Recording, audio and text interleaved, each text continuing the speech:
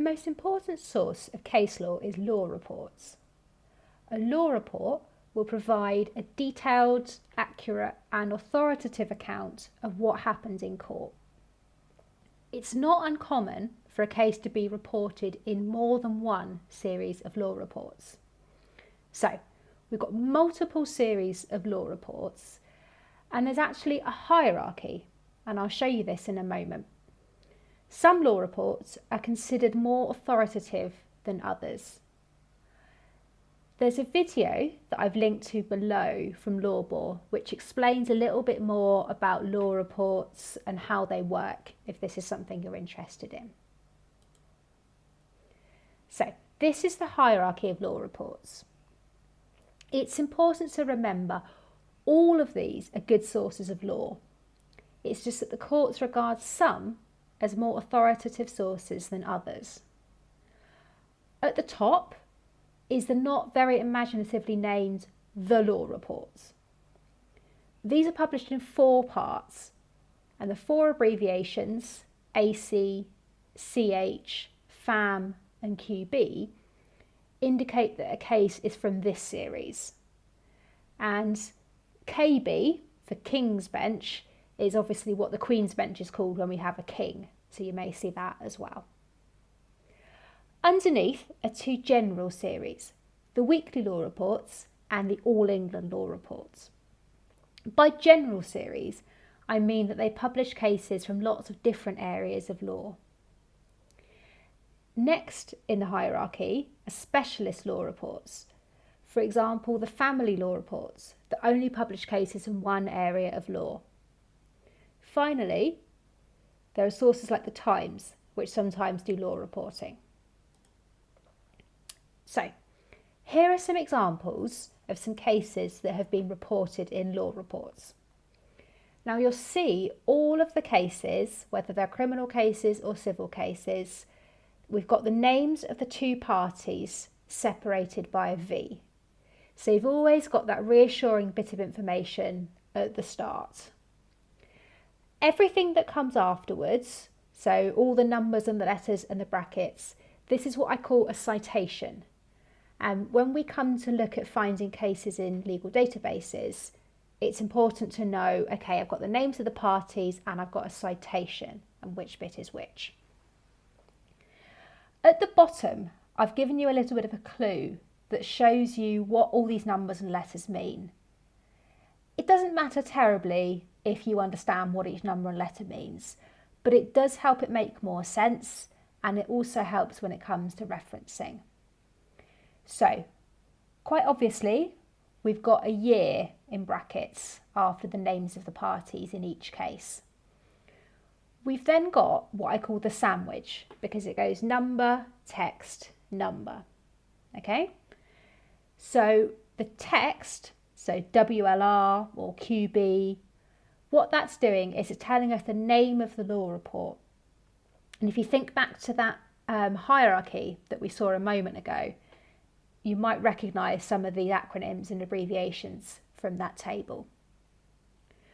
What the numbers are doing, it's telling you the volume number and the start page. Okay, so the top case, it was reported in 1997 in volume 1 of the Weekly Law Reports, starting at page 372. Okay, so that's what those numbers are doing. However, despite all these law reports, the vast majority of these cases don't actually get published at all.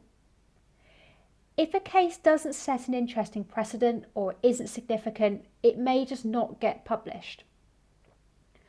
I've just shown you a way of describing cases and finding cases based on where they are reported. But most cases aren't. This is clearly problematic.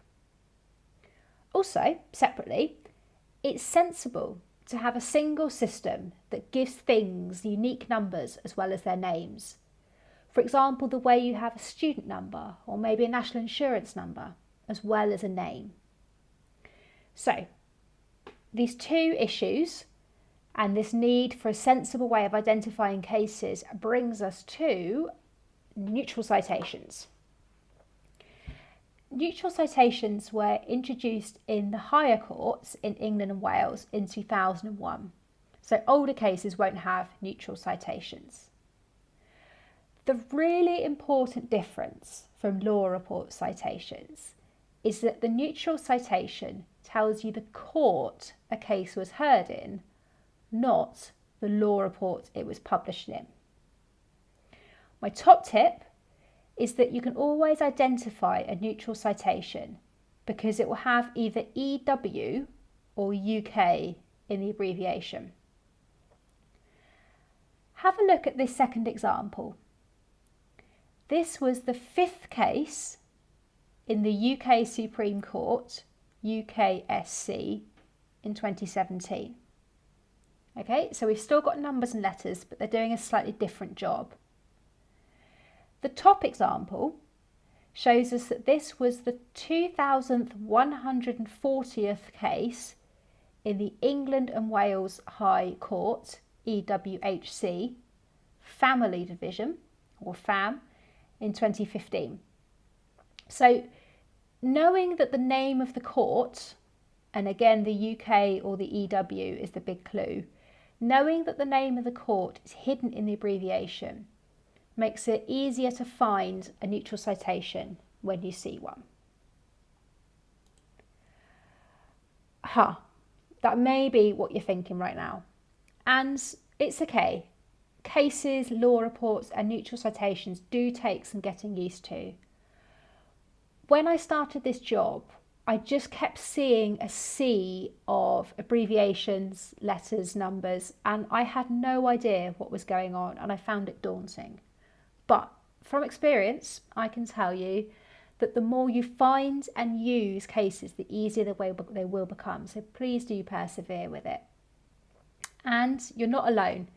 You can always go to the Library Law help page. And again, I've popped a link below this video. And you can click on case law and law reports to find more help and more information. What I'm going to do now is I'm going to show you how to find cases on LexisLibrary. If you need a reminder of how to access LexisLibrary, have a look at my What Are Westlaw and LexisLibrary video. And again, I've linked to that in the notes below this video. Just to give you a heads up, this Lexis demo is silent, so don't worry if you can't hear my voice, there'll just be subtitles.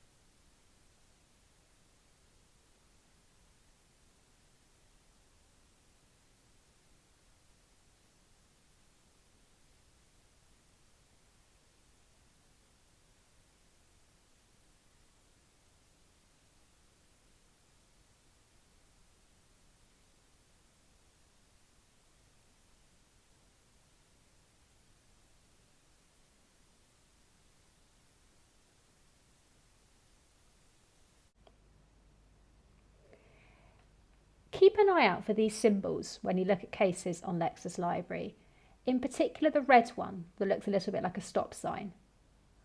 What these symbols are doing is they're showing you the current status of the case. The red one indicates that this case has received negative judicial treatment. For example, the decision has been reversed or overruled since the case was published. There may be good reasons why you'd still want to discuss a case that has been reversed, but it would be really frustrating in a piece of coursework for you to base your whole argument around a case without actually realising that decision has been reversed. So do keep an eye out for these symbols.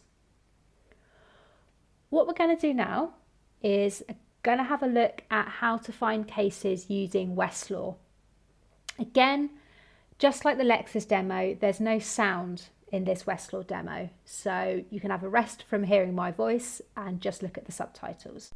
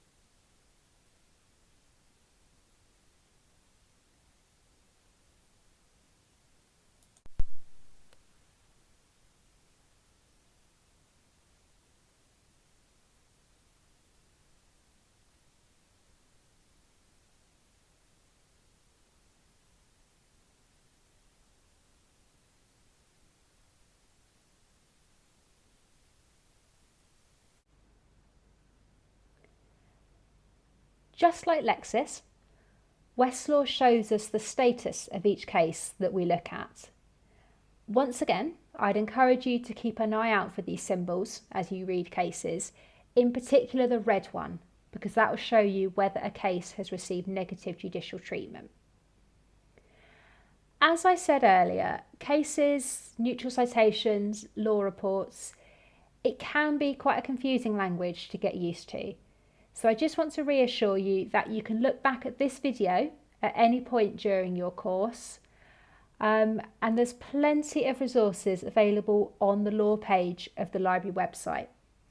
Again, I've popped the link below this video, so do have a look at that again at any point during your course. Feel free to get in touch with me if you've got any questions. You can drop me an email. You can also use the chat box on the library website, which will connect you with a member of library staff. And I strongly recommend you talk to each other as well. You might think you're the only person that doesn't understand something, but I bet if you start talking to friends and colleagues on your course, you'll discover that you can help each other. Okay, so talk to each other, talk to me, and do get in touch if you get stuck.